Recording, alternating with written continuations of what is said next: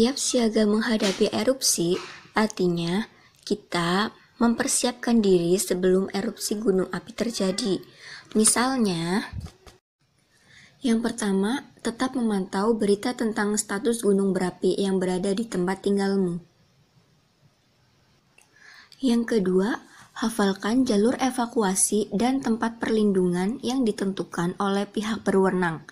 Jika suatu waktu gunung berapi meletus, maka kamu tidak perlu panik dan kebingungan karena sudah tahu kemana harus menyelamatkan diri.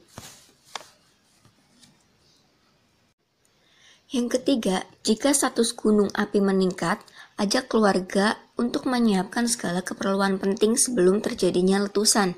Keperluan tersebut meliputi makanan, minuman, uang tunai, obat-obatan, senter, selimut, surat penting, dan barang tersebut dikemas dalam satu ransel agar bisa langsung dibawa saat proses evakuasi. Jangan lupa membawa masker dan kacamata. Yang keempat, membuat rencana evakuasi bersama keluarga. Pastikan seluruh anggota keluargamu mengetahui rencana evakuasi tersebut ya.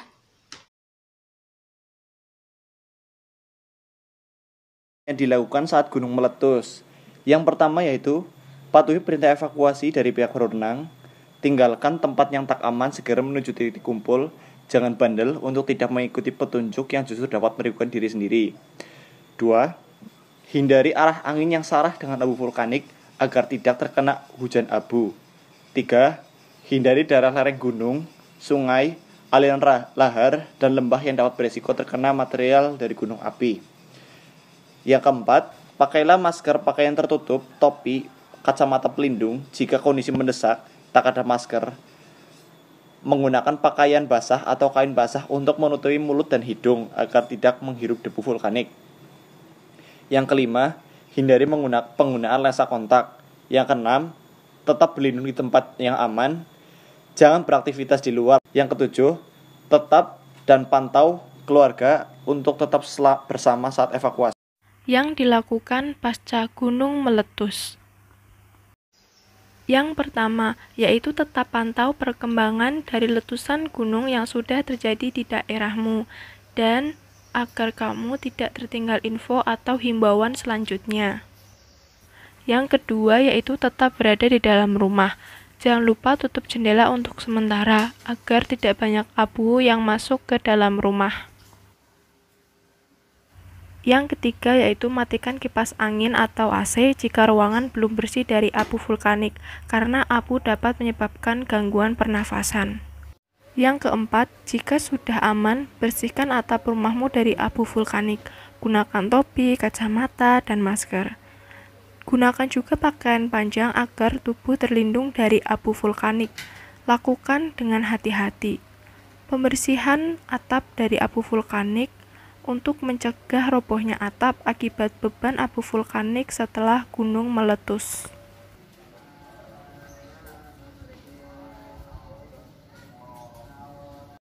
Yang kelima yaitu minumlah air bersih, yaitu dengan minum air kemasan yang tertutup yang terbebas dari serpihan abu vulkanik.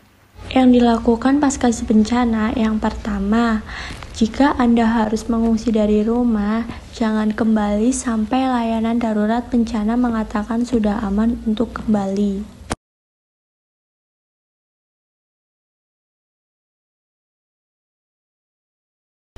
Dan yang kedua, tinggalkan listrik dan gas dalam keadaan mati sampai Anda telah diberitahu aman untuk menyalakan kembali.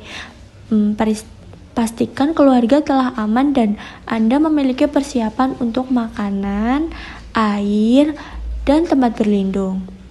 Periksa hewan peliharaan dan ternak dan pastikan mereka memperoleh perawatan yang cukup memadai. Yang kelima, jika terjadi kerusakan pada rumah Anda, dokumentasikan dan hubungi penyediaan asuransi. Jika pemerintah memberikan Anda kompensasi bencana darurat, hubungi pihak berwenang. Selanjutnya itu ada penyelenggaraan penanggulangan pada tahap pasca bencana yang meliputi rehabilitas melalui kegiatan. Nah, yang pertama itu perbaikan lingkungan daerah bencana. Dan yang kedua, perbaikan prasarana dan sarana umum.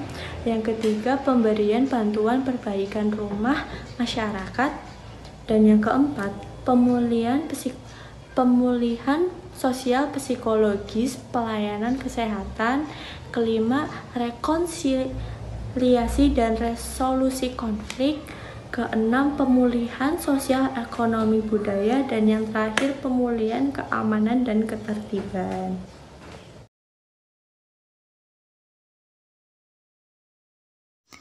Oke, baik. Selanjutnya, kita sebagai psikologis perlu memberikan pertolongan kepada penyintas pasca bencana, yaitu dengan mendirikan posko trauma, melakukan trauma konseling, trauma healing. Dengan mendengarkan, memahami apa yang dibutuhkan oleh korban, memberikan dukungan agar tetap semangat menjalani hidup. Bahwa kita bersama-sama dapat menangani kondisi ini agar normal kembali. Kemungkinan masalah kesehatan mental pasca bencana yaitu diakibatkan overload stress, yaitu mental distress, post-traumatic stress disorder. Oleh karena itu, kita perlu mengamati setiap kondisi para penyintas korban bencana agar dapat ditangani dengan baik. Kemudian, untuk mengatasi trauma pada anak, kita dapat melakukan pendampingan berupa happy center, child care center, dolanan anak, tempat bermain anak, dan tempat belajar dengan mendirikan sekolah darurat. Tindakan yang diambil setelah terjadi gunung meletus yaitu yang pertama, pendekatan atau reality terapi. Yang kedua, mereka dibantu mengetahui kebutuhan-kebutuhan dasarnya secara realistik, melihat kondisi makro dan mikro yang dihadapi para korban selamat. Kebutuhan-kebutuhan dasar menurut Maslow meliputi yang pertama psikologi needs, yang kedua security, yang ketiga love and self-esteem, yang selanjutnya self-actualization. Yang ketiga adalah syaratnya, mereka tidak dianggap pasien. Kita sebagai penolong hanya sederajat peduli dan take care each other. Harus ada emotional development, memperjelas masalah sesuai prioritas dan mendiskusikan atau membantu penyelesaian masalah tersebut. Memperkuat ego dari setiap pasien yang kita bantu supaya segera mampu mandiri.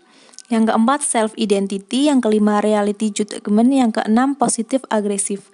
Dengan demikian, proses pemulihan kesehatan mental pada korban bencana dapat berlangsung sealamiah mungkin.